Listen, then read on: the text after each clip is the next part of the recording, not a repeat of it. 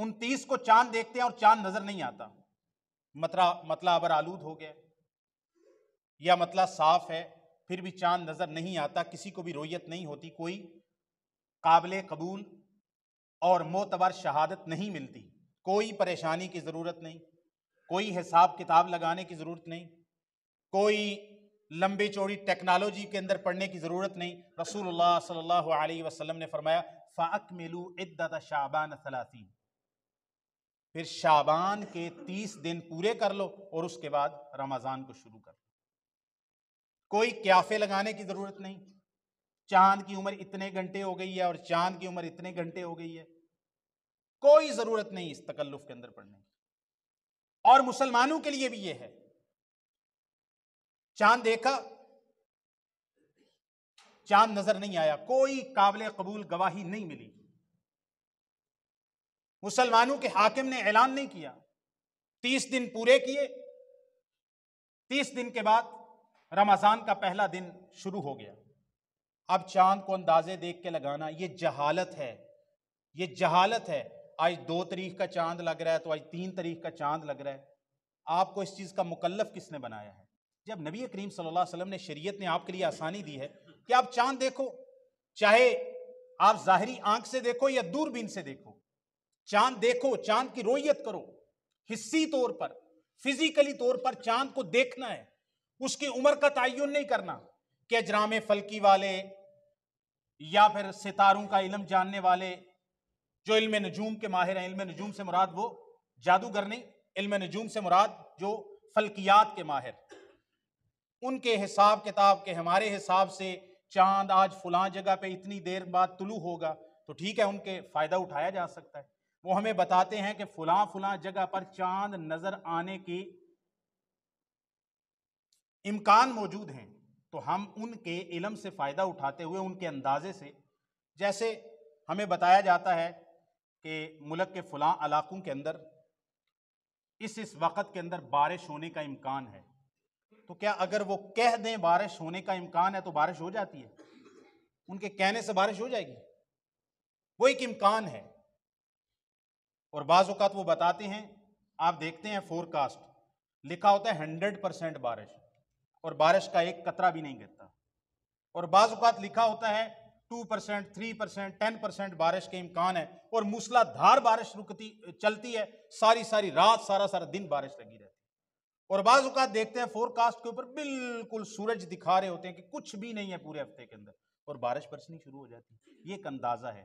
اسی طرح چاند کے بارے میں وہ اندازہ لگاتے ہیں، ان کے اندازہ لگانے میں کوئی برائی نہیں ہے، اس علم سے فائدہ اٹھانا چاہیے ماہرین فلکیات سے، کہ ہمیں پتہ چل جائے کہ چاند کے نظر آنے کا امکان بلوچستان میں ہے، کراچی میں ہے، پشاور میں ہے، اور کس وقت میں ہے، چاند کی عمر کتنی ہے، یہ ٹھیک ہے۔ لیکن وہ اندازے کے بعد جب تک ہم آنکھ سے چاند کی رؤیت نہیں کر لیں گے، ان کے صرف اندازے کی وجہ سے کہ چاند کی عمر اتنے گھنٹے ہو چکی ہے، اس کی وجہ سے روزہ رکھنا لازم نہیں۔ 30 دن پوری کرو۔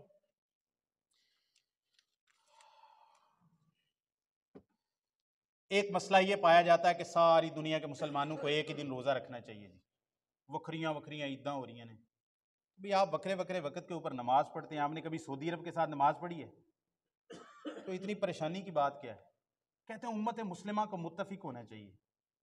بھئی کیوں متفق؟ جن کاموں پہ، قرآن پہ، سنت پہ، دین پہ، اسلام پہ، نبی پاک صلی اللہ علیہ وسلم کی اطاعت پہ، فرما برداری پہ، توحید کے اوپر، مسلمانوں کی مدد کے اوپر، جس پر اسلام نے سب کو متحد ہونے کا کہا ہے، اس پر متحد ہونا ہے۔ نمازوں کے اوقات پر اسلام نے ہمیں تمام علاقے کے لوگ ایک ہی وقت میں فجر کی نماز پڑھیں گے، کوئی ضروری نہیں ہے۔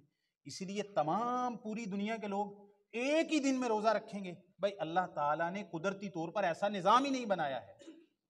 چاند کے مطالعے کے اندر فرق ہوتا ہے، اور آپ پچھلے 100 سال کی تاریخ دیکھ لیجئے ہندوستان کی، ہم ہندوستان کے اندر رہتے ہیں تو ہمارے ہندوستان کی آپ 100 سال کی تاریخ دیکھ لیجئے، آپ کا مغربی ممالک کے اندر جو ہم سے مغرب کے اندر پائے جاتے ہیں، گلف کنٹریز یا امریکہ وغیرہ، 100 سال کے اندر آپ کو 2-4 دفعہ سے زیادہ نہیں ہوگا کہ ہماری ان کی رؤیت کبھی تاریخ کے اندر اکٹھی ہوئی ہو۔ یہ واضح شہادت اور بین شہادت ہے کہ اللہ تعالیٰ نے ہمارا اور ان کا مطلع مختلف رکھا ہے۔ مشرق میں چاند تاخیر سے نظر آتا ہے، مغرب کے وقت چونکہ سورج تاخیر سے غروب ہوتا ہے، وہاں پر جلدی چاند نظر آنے کے امکانات ہوتے ہیں. اور ہر سال وہ حدیث سناتا ہوں، آج اشارہ کر دیتا ہوں. عبداللہ ابن عباس رضی اللہ تعالیٰ عنہما کے پاس آئے قریب، وہ شام گئے تھے معاویہ رضی اللہ تعالیٰ کی حکومت کے اندر. صحیح مسلم کے اندر حدیث ہے، صحیح مسلم کے اندر. وہاں پر گئے، شعبان کا مہینہ تھا، 1 مہینے کی تقریباً مسافت ہے. واپس آئے، عبداللہ ابن عباس نے آتے ہی ان سے پہلا سوال پوچھا، تم نے رمضان کا چاند شام کے اندر کب دیکھا تھا؟ عبداللہ ابن عباس مدینہ یا مکے کے اندر ہے. کہا ہم نے جمعے کی رات کو دیکھا تھا. جمعے کی رات کیڑی ہوندی والا دسو نا، آج جاوے دی، ہاں رات پہلے آتی ہے، دن بعد میں آتا ہے. جمعے کی رات وہ تھی جو ابھی گزر گئی ہے. تو ہم نے کل گزشتہ رات چاند دیکھا تھا، جمعے کی رات کو شام کے اندر. تو ہم نے روزہ رکھا، معاویہ رضی اللہ تعالیٰ نے بھی روزہ رکھا. عبداللہ ابن عباس نے پوچھا قریب سے، کیا تو نے خود چاند دیکھا؟ انہوں نے کہا ہاں میں نے خود جمعے کی رات کو شام کے اندر چاند دیکھا تھا، لوگوں نے بھی دیکھا تھا. لوگوں نے بھی روزہ رکھا. امیر المومنین خلیفۃ المسلمین معاویہ رضی اللہ تعالیٰ نے بھی روزہ رکھا اور سب کو روزہ رکھنے کا حکم دیا. پوچھا آپ نے چاند مدینے کے اندر یا مکے کے اندر کب دیکھا تھا؟ انہوں نے کہا ہم نے تو ہفتے کی رات کو دیکھا تھا، یہ جو رات ابھی آ رہی ہے. تو سیدنا عبداللہ ابن عباس نے فرمایا لا نزال نصوم حتی نراہ او نکمل العدۃ 30. عبداللہ ابن عباس فرماتے ہیں ہم روزہ رکھتے رہیں گے یہاں تک کہ 29 کے روزے کے بعد ہمیں یا تو چاند نظر آ جائے یا پھر ہم 30 دن کی گنتی پوری کر کے عید کریں گے. تو قریب کہتے ہیں اولا تکتفی برؤیت معاویہ تھا، کہ آپ کو شام کے اندر ہونے والی رؤیت، جبکہ اب آپ کو پتہ بھی چل چکا ہے میری خبر سے کہ آپ کو 1 دن چاند تاخیر سے نظر آیا، وہاں 1 دن چاند پہلے نظر آیا ہے، تو آپ اس رؤیت پر اکتفا نہیں کریں گے.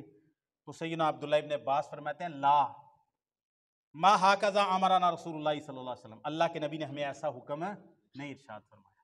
ہم اپنی رؤیت کے مطابق، مکہ مدینہ حجاز کی شام کی 1 مہینے کی مسافت ہے، ہماری رؤیت کے اندر فرق ہے. یہ واضح دلیل ہے صحیح مسلم کے اندر، اور عبداللہ ابن عباس کا اس پر فتویٰ بھی ہے اور اس پر عمل بھی ہے. معلوم ہونے جانے کے باوجود کہ ان کی رؤیت ہم سے 1 دن پہلے، انہوں نے روزہ نہیں اپنا چھوڑا اور اپنی رؤیت کا، مدینے کی رؤیت کا اعتبار کیا ہے. دوسرا مسئلہ، اب یہ روزہ کیسے پتہ چلے گا بھائی فلاں کی رؤیت ہم سے مختلف ہے؟ اس کے لیے وہ علاقے، 2 ہی رؤیت تقریباً دنیا کے اندر ہوتی ہیں، تیسری کا امکان تو کم ہی ہوتا ہے. اگر مشرق کے اندر چاند نظر آ جائے نا تو مغرب والے لوگوں کو بالاولیٰ روزہ رکھنا چاہیے چاہے ان کی رؤیت نہ بھی ہو. وجہ کہ مشرق کے اندر سورج پہلے غروب ہو جاتا ہے، تو جب یہاں چاند نظر آ گیا تو اس کا مطلب ہے کہ ان کی رؤیت ہو گئی ہے، کیونکہ ان کے چاند کی غروب کا وقت ہی تاخیر سے ہے. تو اگر یہاں چاند نظر آیا تو مغرب کے اندر جو امریکہ یا انگلینڈ یہاں سے 5 گھنٹے بعد ہے، وہاں پر لازمی طور پر رؤیت ہو جائے گی چاہے ان کو چاند نظر نہ بھی آئے. لیکن اگر مغرب کے اندر رؤیت ہو جاتی ہے تو مشرق والے لوگوں پہ روزہ رکھنا لازم نہیں ہوگا. تو وہ علاقے جو تاریخی طور پر جن کی رؤیت ہمیشہ ایک رہتی ہے، تو وہ افغانستان کی ہماری رؤیت اگر ایک ہوتی ہے، یا انڈیا کی اور ہماری رؤیت ایک ہوتی ہے، یا بنگلہ دیش کی اور ہماری رؤیت ایک ہوتی ہے، یا اور دوسرے ممالک کی، تو جن ممالک کی تاریخی اعتبار سے رؤیت ایک ہوتی ہے ان میں سے کسی بھی ملک کے اندر چاند نظر آ جائے تو سب لوگ روزہ رکھیں گے. پھر یہ نہیں کہیں گے کہ بھائی گرداسپور گنڈا سنگھ بارڈر تو ادھر چاند نظر آئے تو وہ ہندوستان والوں کا چاند نے، اسی پاکستان نہیں، اسی روزہ رکھنا نہیں، ورنہ اسی غدارے وطن ہوواں گے نا، آرٹیکل 6 لگ جائے دا ساڈے تے. ٹھیک ہے جی، یہ تو سارے انڈین ہو گئے نا، انڈین ایجنٹ ہو گئے نے، مودی سرکار کو منن والے ہو گئے. یہ ایسی بات نہیں ہوگی. چاند سیاسی، چاند بارڈر کا بھی نہیں ہوتا اور چاند سیاسی بھی نہیں ہوتا. اگر ہمیں شہادت مل جائے گرداسپور سے، امرتسر سے کسی مسلمان عادل کی، جس کی بات پر ہم اعتبار کر سکتے ہیں کہ امرتسر کے اندر چاند نظر آ گیا ہے، تو ہمیں چاہیے ہماری حکومت کو کہ اس کے اوپر ہم روزہ رکھیں، کیونکہ ہماری رؤیت ایک ہے. اس کے بعد اگلا مسئلہ یہ ہے کہ کوئی شخص جو مریض ہے، بیمار ہے، وہ روزہ نہ رکھے. اگر روزہ رکھنے میں اس کو مشقت ہوتی ہے وہ روزہ نہ رکھے.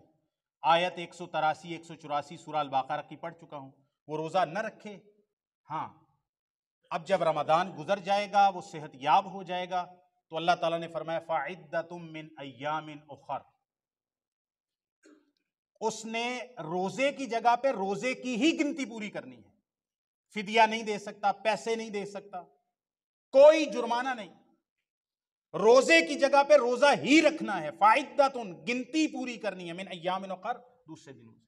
ہاں مریض ایک ایسا ہوتا ہے جو شخص جس کی بیماری ایسی ہے کہ اس بیماری میں روزہ رکھا نہیں جا سکتا، اور بیماری اتنی طویل ہے، بڑھاپے کے اندر ہے، یا کچھ ایسی بیماریاں ہیں جن کا میں نام بھی ضروری نہیں لیتا، کسی کو تکلیف محسوس ہو تو اس سے شفا یاب ہونے کی امید نہیں ہوتی۔ اللہ تعالیٰ شفا دے دے تو اس بات پہ قادر ہے، لیکن تجرباتی طور پر اس سے شفا یاب ہونے کی امید نہیں ہوتی، اس کو کہتے ہیں دائمی مریض۔ دائمی مریض ہے، سال ہر سال سے مریض چل رہا ہے، تو ظاہر ہے بیمار شفا یاب ہوگا تو دوسرے دنوں میں روزے رکھے گا، تو اس کے شفا یاب ہونے کی سال ہر سال سے کوئی امید نہیں ہے، یا بہت بوڑھا شخص ہو چکا ہے، بہت بوڑھی عورت ہو چکی ہے، تو لہٰذا وہ پھر فدیہ دے دیں گے، ہر روزے کے بدلے میں ایک مسکین کو کھانا، ہر روزے کے بدلے میں ایک مسکین کو کھانا۔ یہ میں پرانا تجربہ کیتے، آج دا نہیں، آج صاحب یہ پرانا تجربہ ہے، جدوں مسئلے مسائل بیان کریے نا تے عوام انج بیٹھی ہوندی ہے، میں آنا بڑا یار کوئی خشک مضمون چل رہا ہے، ٹھیک ہے، این لگتا ہے جویں کوئی میتھمیٹکس دے سوال چل رہے ہیں، سارے کلاس دے طالب علم سٹوڈنٹ نہ پریشان ہو کے بیٹھے نے، کس ٹائم گھنٹی ختم ہونی ہے تے اسی جانا ہے۔ مسائل کے اندر دلچسپی لیں، صرف فضائل ہی نہ سنتے رہیں، مسائل سے آپ کے ذہن کے اندر پختگی پیدا ہوتی ہے، آپ کو دین اسلام کی سمجھ آتی ہے کہ آپ جو دین پر عمل کر رہے ہیں، نماز پڑھیں، روزہ رکھ رہے ہیں، آپ نے اس کو دین اسلام نبی پاک کی سنت کے مطابق کیسے کرنا ہے، دلچسپی لیں۔ تو جو بندہ دائمی مریض ہے، وہ شفا یاب ہونے کی امید نہیں ہے، تو وہ بعد کے اندر رمضان کے بعد میں چاہے ایک ہی دن کے اندر 30 مسکینوں کو بلائے، ان کی دعوت کر دے، یا پھر ہر روزے کے بدلے میں 30 مسکینوں کو کھانا دے دے۔ سیدنا انس بن مالک رضی اللہ تعالیٰ عنہ کا عمل صحیح بخاری کے اندر امام بخاری نے نقل کیا ہے، جب وہ بہت بوڑھے ہو گئے تھے، اپنی زندگی کے آخری 1-2 سال کے اندر روزہ نہیں رکھ پاتے تھے، تو جب رمضان گزر جاتا تھا 30 مسکینوں کو بلاتے تھے اور ان کو اعلیٰ سرید بنا کے کھانا کھلاتے تھے۔ اسی طرح جو عورت حاملہ ہے یا پھر دودھ پلانے والی ہے، اگر وہ روزہ رکھ سکتی ہے، اصل یہ ہے کہ اس پر روزہ فرض ہے، وہ روزہ رکھے۔ اگر وہ روزہ نہیں رکھ سکتی، کہ اگر روزہ رکھا پانی کی کمی ہوگی، کمزوری ہو جائے گی، یا تو ماں کو نقصان ہوگا زچہ کو، یا پھر بچہ کو نقصان ہو جائے گا۔ اسی طرح دودھ پلانا ہے، اگر دودھ پلاتی ہے تو کمزوری اور ضعف پیدا ہوتا ہے، اور اگر دودھ نہیں پلاتی تو بچے کا نقصان ہوتا ہے۔ تو لہٰذا ایسی عورت کے لیے بھی سیدنا عبداللہ ابن عباس رضی اللہ تعالیٰ عنہما کا فتویٰ صحیح بخاری میں بھی موجود ہے، اور اسی طرح سنن نبی داود کے اندر بھی موجود ہے کہ حاملہ اور دودھ پلانے والی روزہ اگر نہیں رکھ سکتی، اپنے نفس کے اوپر خوف ہو اس کو، یا اپنے بچے کے نقصان کا خدشہ ہو، تو پھر اس صورت کے اندر وہ روزہ نہ رکھے، روزے کی جگہ پہ وہ بھی ایک مسکین کا کھانا ہر روزے کے بدلے میں دے دے گی۔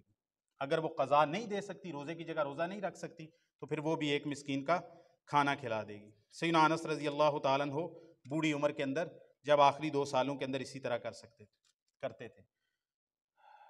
ایام مخصوصہ کے اندر عورت پر روزہ رکھنا حرام ہے، ایام مخصوصہ میں عورت کے لیے روزہ رکھنا حرام ہے، اور اسی طرح زچگی کے بعد بھی اس کا بھی حکم مخصوص ایام کا ہی ہے، تو روزہ رکھنا، نماز پڑھنا عورت پر حرام ہے۔ ایک عورت نے روزہ رکھا ہے، بھائی دیکھیں یہ مسئلے بیان کرنا ضروری ہے، ٹھیک ہے جی، ہماری بہنیں بھی سنتی ہیں، مائیں بھی سنتی ہیں۔ ایک عورت نے روزہ رکھا ہے، اس وقت تک اس پر نماز روزہ منع نہیں تھا، وہ عام صحت کی حالت میں تھی، دن کو اس پر نماز منع ہو گئی، اس کا روزہ ابھی ختم ہو گیا، اب اس کا کوئی روزہ نہیں ہے۔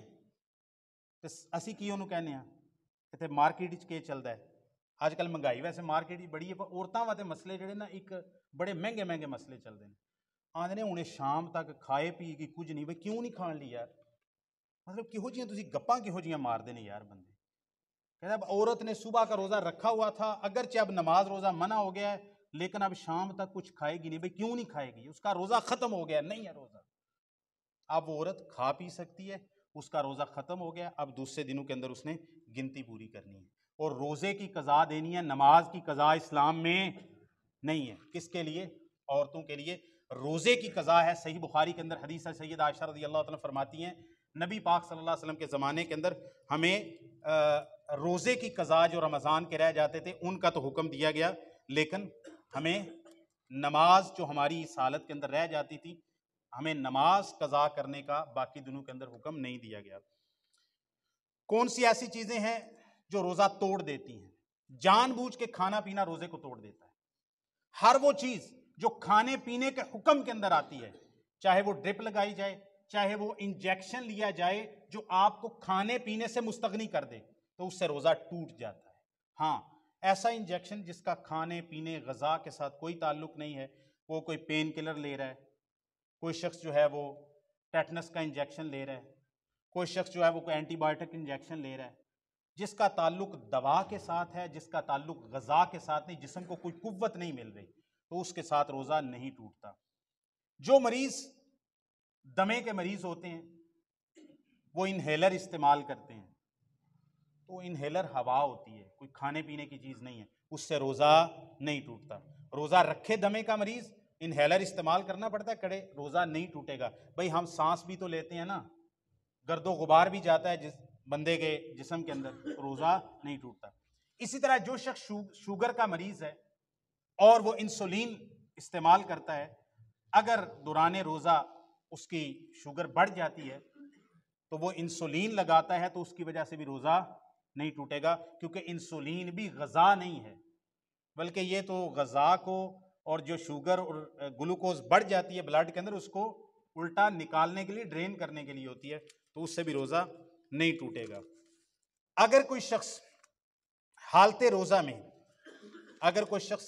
روزہ میں حقوق زوجیت ادا کر لیتا ہے، یہ بہت بڑا گناہ ہے، بہت بڑا جرم ہے، اور اس کا کفارہ ہے ایک غلام آزاد کرنا. اس کی طاقت نہیں ہے 2 مہینوں کے لگاتار روزے رکھنا، صحیح بخاری کی حدیث ہے، اس کی طاقت نہیں ہے تو 60 مسکینوں کو کھانا کھلانا. اگر حالت روزہ کے اندر کوئی شخص اپنی بیوی کے پاس چلا جاتا ہے، حقوق زوجیت ادا کر لیتا ہے، جان بوجھ کے کھا پی کے روزہ توڑتا ہے، بہت بڑا جرم ہے، کبیرہ گناہ ہے، اور اس کو اللہ سے سچی توبہ کرنی چاہیے. ایک روزے کی جگہ پہ ایک روزہ رکھے گا، یہ والا کفارہ غلام والا وہ جان بوجھ کے کھا پی کے روزہ توڑنے والے کے لیے نہیں ہے. جو شخص قے آ جائے اس سے روزہ نہیں ٹوٹتا، کیونکہ جسم سے باہر آ رہا ہے مواد، اس سے روزہ نہیں ٹوٹتا. ہاں جو شخص جان بوجھ کے قے کرے تو سنن ابی داؤد کی حدیث ہے من استقاف علیہ القضاء، جو بندہ جان بوجھ کے روزہ توڑے گا، قے کرے گا، رسول اللہ صلی اللہ علیہ وسلم نے فرمایا اس کو روزے کی جگہ پہ روزہ رکھنا پڑے گا. حجامہ لگانا، سینگی لگانا، اس سے روزہ نہیں ٹوٹتا، اس سے بھی بلڈ جو ہے وہ باہر نکالا جاتا ہے، اس سے بھی روزہ نہیں ٹوٹتا. صحیح بخاری وغیرہ کے اندر حدیث ہے احتجم النبی صلی اللہ علیہ وسلم وهو صائم، نبی پاک صلی اللہ علیہ وسلم نے حالت روزہ کے اندر سینگی حجامہ لگوایا تھا. جو بندہ بھول کے کھا پی لے، چاہے رج کے کھا لے، سیر ہو کے کھا لے، جب یاد آئے اسی وقت چھوڑ دیا، اگر بھول کے کھایا ہے تو بھول کے کھانے پینے سے روزہ نہیں ٹوٹتا. وضو کرنا ہے تو کلی کرنا، اس سے روزہ نہیں ٹوٹتا. ناک میں پانی چڑھانے میں مبالغہ نہ کرے کہ پانی حلق تک نہ چلا جائے ناک کے ذریعے سے، تو اس سے روزہ نہیں ٹوٹتا. مسواک گیلی ہو، اثر کے بعد کرے یا اثر سے پہلے کرے، یہ فلسفے پتہ نہیں کتوں گیلی ہو، تر ہو، خشک ہو، مسواک کرنے سے روزہ نہیں ٹوٹتا. اور ٹیتھ برش کرنا آپ کی احتیاط ہے، روزہ اس سے نہیں ٹوٹتا، کیونکہ وہ بھی کھانے اور غذا کے لیے نہیں ہوتی، لیکن اس کے اندر چونکہ کیمیکل ہوتا ہے، پھر آپ اس کے ذائقے کو اندر لے کے نہیں جائیں گے، تو بہتر ہے آپ فجر سے پہلے ہی برش وغیرہ کر لیں، باقی دن کو کرنا پڑے تو مسواک ہی کریں، شک میں پڑنے کی کیا ضرورت ہے. اسی طرح جو شخص جوان ہے اور نیند کی حالت کے اندر اس پر غسل واجب ہو جاتا ہے تو اس کا بھی روزہ نہیں ٹوٹتا، صرف اس کو غسل کرنا پڑے گا، روزہ اس سے نہیں ٹوٹے گا. باقی جو معاملات ہیں حقوق زوجیت کے علاوہ تو اس سے روزہ نہیں ٹوٹتا، حقوق زوجیت کے علاوہ اپنی بیوی سے کوئی استمتاع کرتا ہے۔ باقی نبی پاک صلی اللہ علیہ وسلم نے ایک جوان آدمی نے آ کے پوچھا تھا تو نبی پاک صلی اللہ علیہ وسلم نے اس کو منع کر دیا تھا۔ ایک بوڑھے ذرا وڈیری عمر کے بندے نے پوچھا نبی پاک نے، میں تیرے تو بوسو کنار جو ہے وہ ہے، جوان آدمی کو کیوں منع کیا؟ کیونکہ اس کے جذبات ہیں، تو یہی نہ ہو کہ آپ نے روزے کا نقصان کر بیٹھے۔ تو بہرحال یہ مسائل بھی بتانا ضروری ہے۔ جو شخص اس حالت کے اندر صبح کرتا ہے اور وہ شخص اس پر غسل کرنا واجب ہے، اگر وہ غسل کرنے کے لیے جاتا ہے تو سحری کا کھانا رہ جائے گا، تو وہ شخص سحری کھا کے پھر بعد میں غسل کر کے فجر کی نماز پڑھ سکتا ہے۔ یہ سیدہ عائشہ رضی اللہ تعالیٰ سے صحیح حدیث ہے، رسول اللہ صلی اللہ علیہ وسلم صبح کرتے تھے اور آپ صلی اللہ علیہ وسلم نے غسل کرنا ہوتا تھا، آپ صلی اللہ علیہ وسلم روزہ رکھ لیتے، سحری کر لیتے اور اس کے بعد رسول اللہ صلی اللہ علیہ وسلم غسل کر کے نماز کے لیے چلے جاتے۔ جب کوئی شخص کھا پی رہا ہو، کہ سادے مسئلے آپ کو معلوم ہی ہیں، کھا پی رہے ہیں، برتن آپ کے ہاتھ میں ہے اور اذان ہو جاتی ہے، تو رسول اللہ صلی اللہ علیہ وسلم نے فرمایا، سنن ابی داؤد کی حدیث ہے، فلا یزاہ حتی یقضی حاجتہ منہ، تو وہ برتن نہ رکھے یہاں تک کہ اپنی حاجت کو پورا کر لے۔ تو وہ کھا پی لے، جو اس کے ہاتھ کے اندر ہے، کھا پی رہا ہے، ساری کر رہا ہے، اذان ہو گئی ہے، تو اس کو اتنی گنجائش ہے کہ جلدی جلدی 2-4 جو لقمے لینے ہیں، جس کو مشروب پینا ہے، چائے پی رہا ہے تو پی سکتا ہے، ٹھیک ہے، نال تھوڑا جا مسالہ لا دیے، سگریٹ بھی کدا پی بھی سکتا ہے، یہ فیصلہ تسی آپ کرنا ہے، یہ بارے میں کوئی فتویٰ نہیں دے سکتا۔ اللہ اکبر۔ میرے بھائیوں، سچی بات یہ ہے، سگریٹ پینا حرام ہے، ناجائز ہے۔ کیوں؟ کیونکہ نبی پاک صلی اللہ علیہ وسلم نے خبائث کو منع کیا ہے، تو یہ چیز نبی پاک صلی اللہ علیہ وسلم نے فرمایا، پیاز کھا کے، لہسن کھا کے مسجد کیوں؟ فرشتوں کو تکلیف دے۔ سگریٹ کی سمیل پیاز اور لہسن سے بہت زیادہ ہوتی ہے، تو اللہ تعالیٰ، ویسے بھی بیماری ہے اور کئی معاملات ہیں، باقی اور کچھ مسائل ہوئے تو وہ آپ پوچھ سکتے ہیں، باقی 1-2 اعلانات ہیں وہ میں دوسرے خطبے میں انشاءاللہ کرتا ہوں۔ اعوذ باللہ من الشیطان الرجیم، بسم اللہ الرحمن الرحیم۔